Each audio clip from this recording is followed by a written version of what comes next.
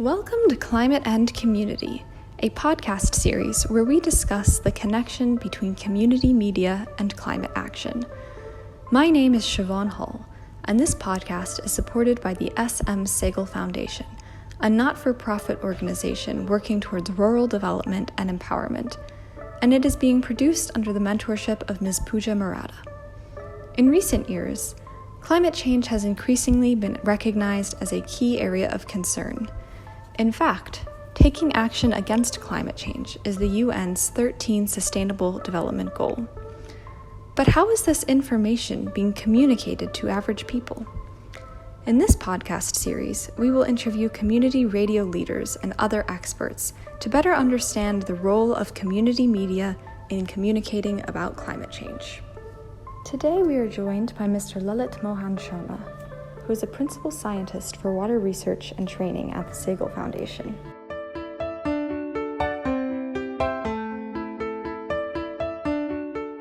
I was wondering if you could just start by introducing yourself and saying a little bit about what work you're involved in.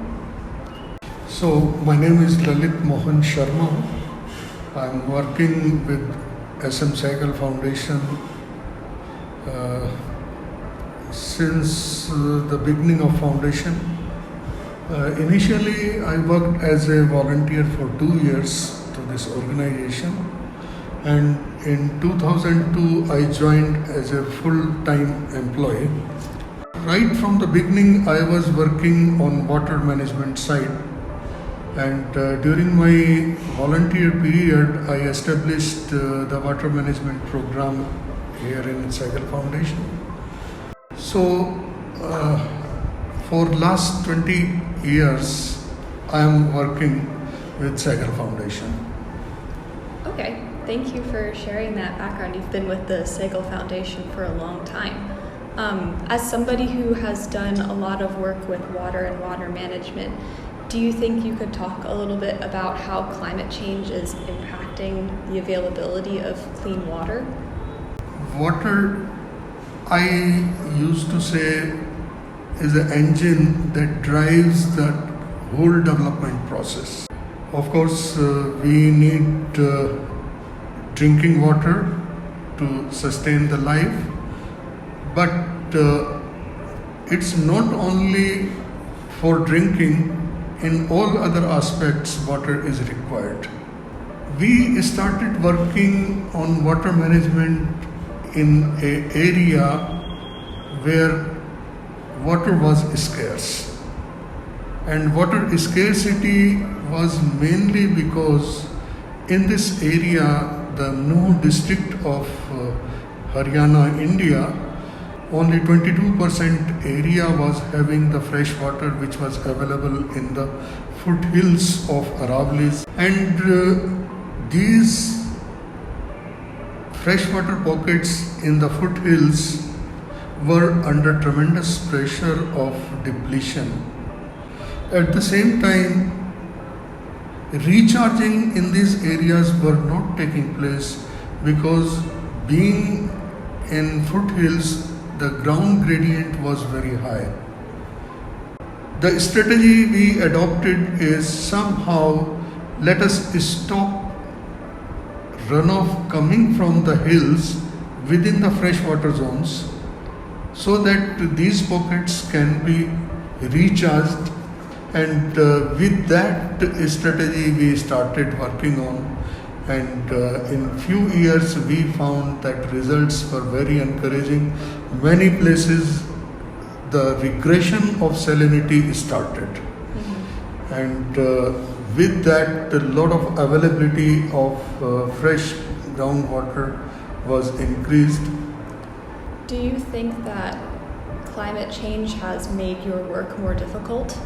Yes, climate change has made the work difficult because global warming is taking place, and because of that temperatures are rising. With the rise in temperature, the demand of water increases. It's not only for domestic or drinking purpose, but even irrigation also need more water with the rise in temperature. At the same time, with the rise in temperature, lot of evaporation takes place. So there is an increase in the losses also. How do you communicate about climate change and water issues to local communities? It is very important to work with them so that they understand what are the problems, how they can cope up with this, and how they can contribute to change the situation. And for that, first of all, what we try to do, we try to sensitize them that why this all is taking place. Like forest cover is reducing, then water demand is increasing. So only if keep working on supply side will not work. We have to work on demand side also. So everyone has to save water as much as he or she can, and we were trying to convey this at various platforms like community meetings. Then we were working through campaigns, rallies, through schools. We were trying to convey this to school children so that they also become the messenger to their families and all. So that way we tried that everyone should get this message, and I think it has worked very well. Yeah, so what do you think the role of community media or social media is in doing the education and outreach work that you're talking about? Yes. In fact, community media or social media also played a very important role because every time everyone cannot be attending the community meetings. People cannot leave their work, but we found that at least the community radio was a very strong medium to work upon the climate change scenario. And best part is community is very well engaged in this. And in fact, our idea was somehow whatever we are conveying, let us receive response from the community also. Once the community start responding to these things, then it becomes a multiplier effect, because many people may not trust me, but because of peer learning, it becomes more impactful. So, do you have any recommendations for how people or communities can build climate resilience?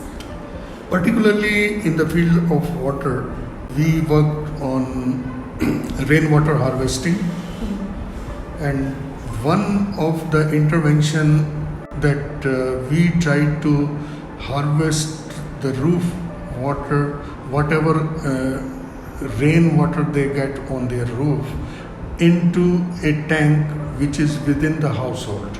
So the overflow of this tank goes into a cluster tank, which is a bigger tank, and this tank is also meant for drinking and domestic purposes. Then the overflow of cluster tanks goes into a village tank. If you have exhausted water within the household tank, then you can come to the cluster tank. From there you can take water for domestic and drinking purposes. For other purposes you can go to the village tank. So that way we build resilience. Even if there is a drought year, at least this system can work 2 years even if we don't get the average rainfall.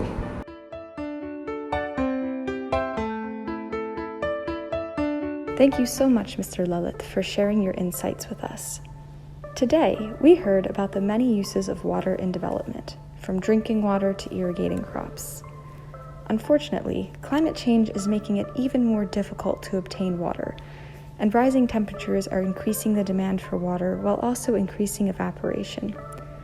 He proposed several technological innovations, including rainwater harvesting, while also highlighting the role of community radio in sharing information with farmers. Thank you for listening to this episode of Climate and Community.